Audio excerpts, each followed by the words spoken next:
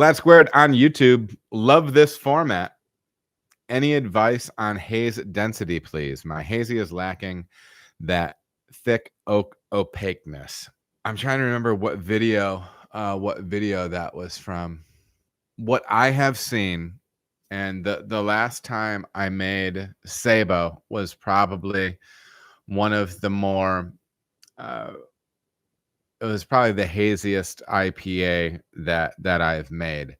And I'll talk about the things that went into that.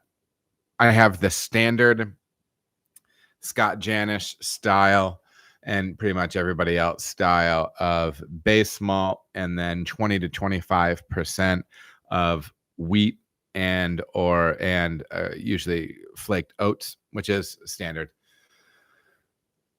And then the things that I have been doing is when I am doing aggressive Whirlpool editions, I am making sure to drop my pH kind of preemptively. I am dropping down like into the 4.6, 4.7 range at the end of the kettle, because I know I have that fat dry hop coming again at the end, which is going to push it back up.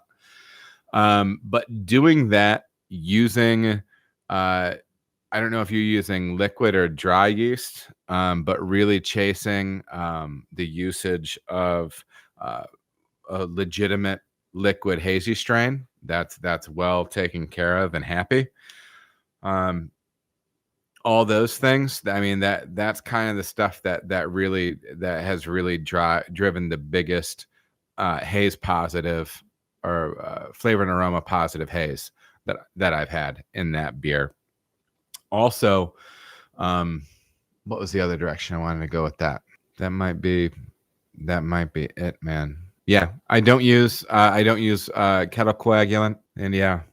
Also, different hops can help.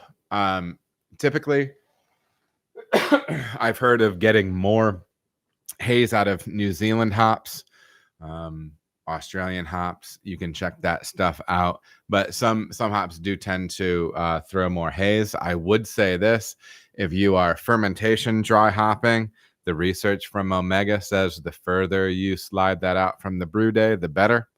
So we are dry hopping. We have been dry hopping an IPA on day 4 or 5, so really toward the tail end of fermentation, and we've gotten some nice haze out of that as well. So yeah, Nelson hops is good for that. Vlad, that is kind of what I would suggest, because those are the things that have brought me jumping up that haze game a little bit. So yeah, and but remember though, haze is a byproduct of process. Haze is not the goal necessarily, right? So we just don't want to be pumping hop slurry around, right?